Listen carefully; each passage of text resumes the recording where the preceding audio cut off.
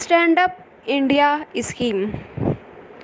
It aims at promoting entrepreneurship among women and scheduled castes and tribes. It is benefited for SC/ST and for women entrepreneur above 18 years of age.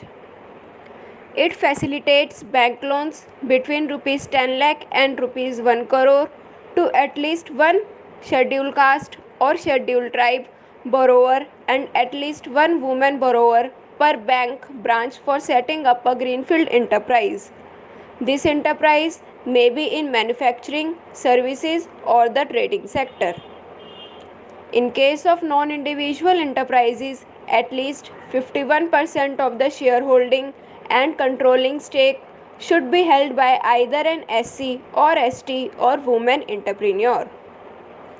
Borrower should not be in default to any bank or financial institution. It covers all scheduled commercial banks.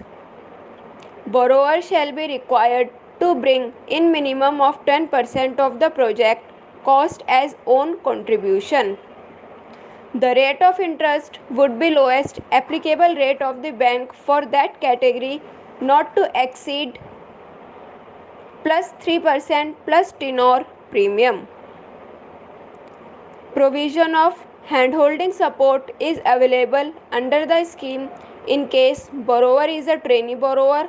The offices of SIDBI and NABARD are designated as stand-up connect centers who will arrange for the support required. SIDBI is a refinancing agency. Besides primary security, the loan may be secured by collateral security or guarantee of credit guarantee fund scheme for Stand Up India loans as decided by the banks. The loan is repayable in 7 years with a maximum moratorium period of 18 months.